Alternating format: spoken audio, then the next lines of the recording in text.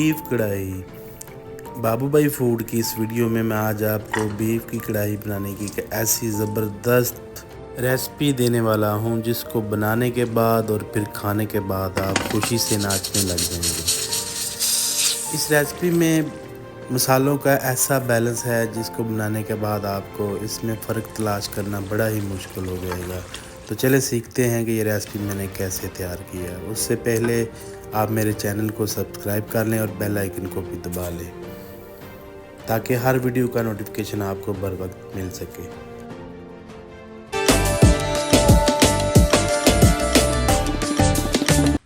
बिस्मिल्लाहिर्रहमानिर्रहीम। इधर मैंने एक प्रेशर कुकर ले लिया। उसमें सबसे पहले मैंने 1 किलो 250 ग्राम यानी कि 1.25 किलो मैंने बीफ डालना है, बड़ा गोश्त।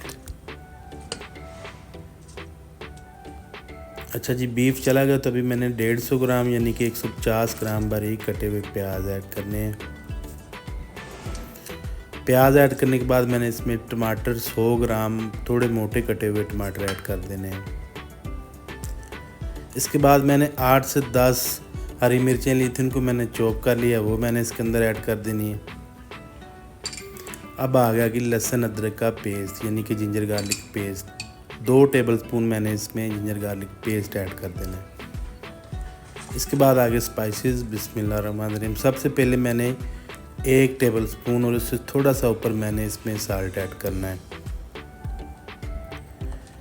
1 चम्मच मैंने इसमें रेड चिल्ली पाउडर यानी कि लाल मिर्च पाउडर डालना है। उसके बाद आ गया मेरे पास ज़ीरा मैंने इसमें 1.5 टेबलस्पून डालना है। अब मैंने डालना है इसमें खुश्क धनिया पाउडर, 1 टेबलस्पून ही मैंने इसमें खुश्क धनिया पाउडर डालना है।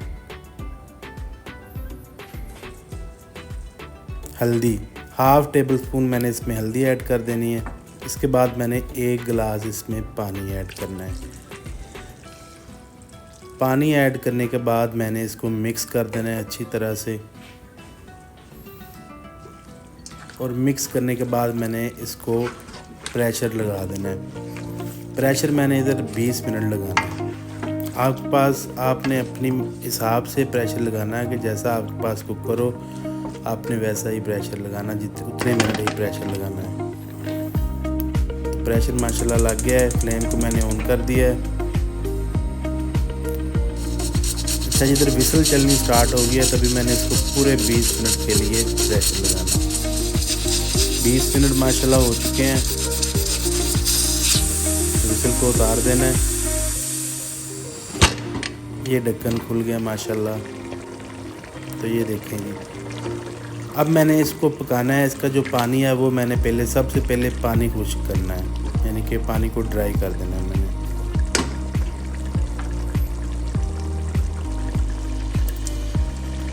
पानी माशाल्लाह इसका खुश्क हो गया, तभी मैंने इसमें ऑयल डालना है। ऑयल मैं इधर 1/2 कप डाल रहा हूँ यानी कि 120 से 25 ग्राम मैंने ऑयल डालना है।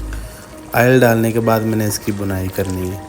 तकरीबन 5 से 7 मिनट लगेंगे, 10 मिनट लग जाएंगे। इसकी अच्छी तरह से आपने बुनाई करनी है यानी कि इसको पकाना है।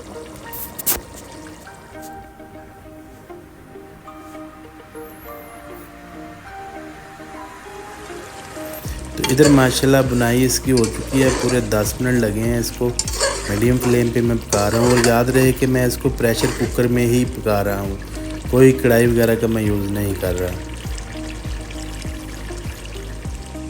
माशाल्लाह अच्छे से पक चुका है यानी कि भुन चुका है। तो अभी मैंने इसमें दही ऐड करना है। दही मैं 1 फुल कप ऐड कर रहा हूँ यानी कि 200 ग्राम मैं 1.25 किलो गोश्त में दही ऐड कर रहा हूँ। 1 कप योगर्ट ऐड करने के बाद मैंने इसमें 1 टेबलस्पून हरा धनिया बारीक कटा हुआ डाल देना, और इसके ऊपर मैंने थोड़ी सी जूलियन कट की हुई अदरक डाल देनी है। और अब मैंने इसकी बुनाई करनी है। बिल्कुल एक अच्छे तरीके से आपने इसको पकाना है। जो भी इसके अंदर दही का पानी है वो बिल्कुल खुश्क कर देना है आपने। फ्लेम आपने अब इसकी हाई रखनी है, फुल फ्लेम पे आपने इसको पकाना है। तो माशाल्लाह 5 से 7 मिनट लगे हैं। बुनाई इसकी मुकम्मल हो चुकी है माशाल्लाह से।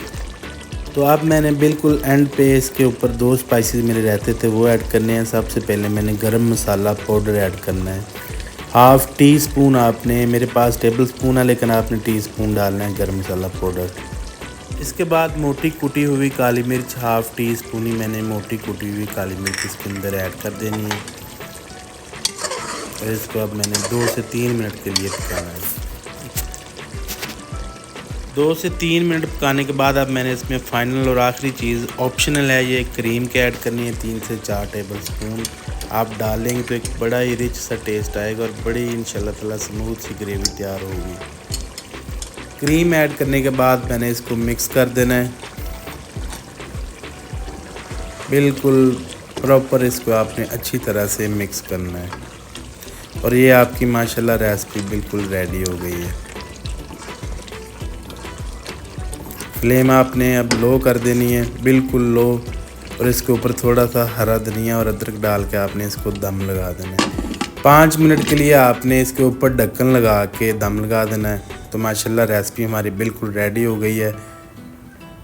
तो उम्मीद करता हूँ कि मेरी आज की रेसिपी आपको बहुत ज़्यादा पसंद आई होगी। अगर ये मेरी रेसिपी आपको पसंद आए तो आपने मेरे लिए दुआ ज़रूर करनी है, मेरे चैनल को सब्सक्राइब करना है, लाइक करना और इसको ज़्यादा से ज़्यादा आपने शेयर करना है।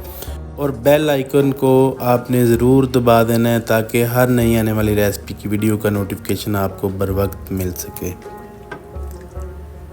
तो मिलेंगे इंशाल्लाह ताला नेक्स्ट वीडियो में एक नई रेसिपी के साथ। तब तक के लिए अपना और अपने प्यारों का बहुत सारा ख्याल रखिएगा।